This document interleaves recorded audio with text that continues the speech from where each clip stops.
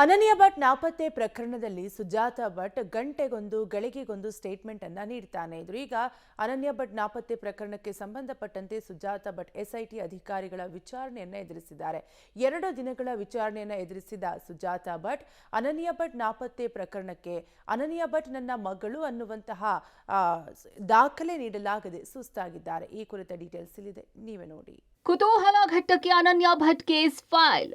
2ನೇ ದಿನವೂ ಸುಜಾತಾ ಭಟ್ಗೆ ಎಸ್ಐಟಿ ವಿಚಾರಣೆ. 11 ಗಂಟೆಗಳ ವಿಚಾರಣೆಯಲ್ಲಿ ಸುಜಾತಾ ಸತ್ಯ ಸ್ಫೋಟ.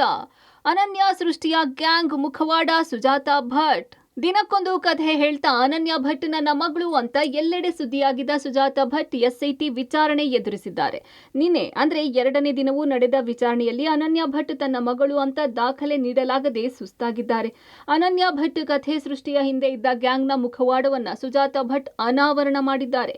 ಅನನ್ಯ ಭಟ್ ನನ್ನ ಮಗಳು ಧರ್ಮಸ್ಥಳದಲ್ಲಿ ನಾಪತ್ತೆಯಾಗಿದ್ದಳು ಎಂದು ಪುಂಖಾನುಪುಂಖ ಕಥೆ ಹೇಳಿದ್ದ ಸುಜಾತಾ ಭಟ್ ಮತ್ತೆ ಎಸ್ಐಟಿ ಕಚೇರಿಗೆ ಹಾಜರಾಗಿದ್ರು. ಮಂಗಳವಾರ ಕರೆಯದಿದ್ರೂ ಎಸ್ಐಟಿ ಕಚೇರಿಯಲ್ಲಿ ಪ್ರತ್ಯಕ್ಷವಾಗಿದ್ದ ಸುಜಾತಾ ಭಟ್ಗೆ ಎಸ್ಐಟಿ ಅಧಿಕಾರಿಗಳು ಸತತ 6 ಗಂಟೆಗಳ ಕಾಲ ಗ್ರಿಲ್ ನಡೆಸಿದ್ರು. ಶಿವಮೊಗ್ಗದ ರಿಪ್ಪನ್ಪೇಟೆ, ಉಡುಪಿಯ ಪರಿಸರ, ಕೊಡಗಿನ ವಿರಾಜಪೇಟೆ ಲಿಂಕ್ ಸಂಬಂಧ ವಿಚಾರಣೆ ನಡೆಸಿದ್ದ ಎಸ್ಐಟಿ ನಿನ್ನೆ ಮತ್ತೆ ವಿಚಾರಣೆಯನ್ನ ಮಾಡಿದ್ರು. ಆಟೋದಲ್ಲಿ ಮುಖಕ್ಕೆ ಬಟ್ಟೆ ಕಟ್ಟಿಕೊಂಡು ಬೆಳ್ತಂಗಡಿಯ ಎಸ್ಐಟಿ ಕಚೇರಿಗೆ ಬಂದಿದ್ದ ಸುಜಾತಾ ಭಟ್ ತನಿಖಾಧಿಕಾರಿ ಮುಂದೆ ಹೇಳಿಕೆ ದಾಖಲಿಸಿದ್ದಾರೆ.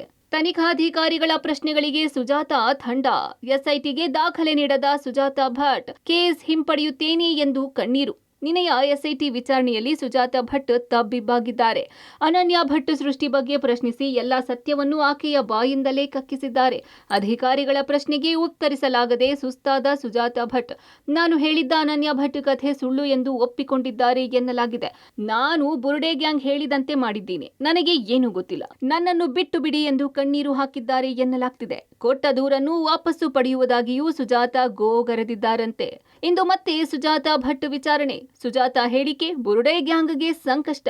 ಸುಜಾತಾ ಭಟ್ ವಿಚಾರಣೆ ವೇಳೆ ಹೇಳಿದ ಎಲ್ಲ ಹೇಳಿಕೆಗಳು ಬುರ್ಡೆ ಗ್ಯಾಂಗ್ಗೆ ಸಂಕಷ್ಟ ತಂದೊಡ್ಡಿದೆ. ತನ್ನನ್ನು ಈ ರೀತಿ ಮಾಡೋಕೆ ಹೇಳಿದ ಎಲ್ಲರ ಹೆಸರನ್ನ ಬಾಯಿ ಬಿಟ್ಟಿದ್ದರಿಂದ ಇದೀಗ ಬುರ್ಡೆ ಗ್ಯಾಂಗ್ನ ಲೀಡರ್ಗಳು ಸೇರಿ ಎಲ್ಲರಿಗೂ ನಡುಕ ಶುರುವಾಗಿದೆ. ಇಂದು ಮತ್ತೆ ಎಸ್ಐಟಿ ವಿಚಾರಣೆ ನಡೆಸಲಿದೆ. ಪ್ರಕಾಶ್ ಜೊತೆ ಸುಖಪಾಲ್ ಪೊಳಲಿ, ಪಬ್ಲಿಕ್ ಟಿವಿ, ಮಂಗಳೂರು.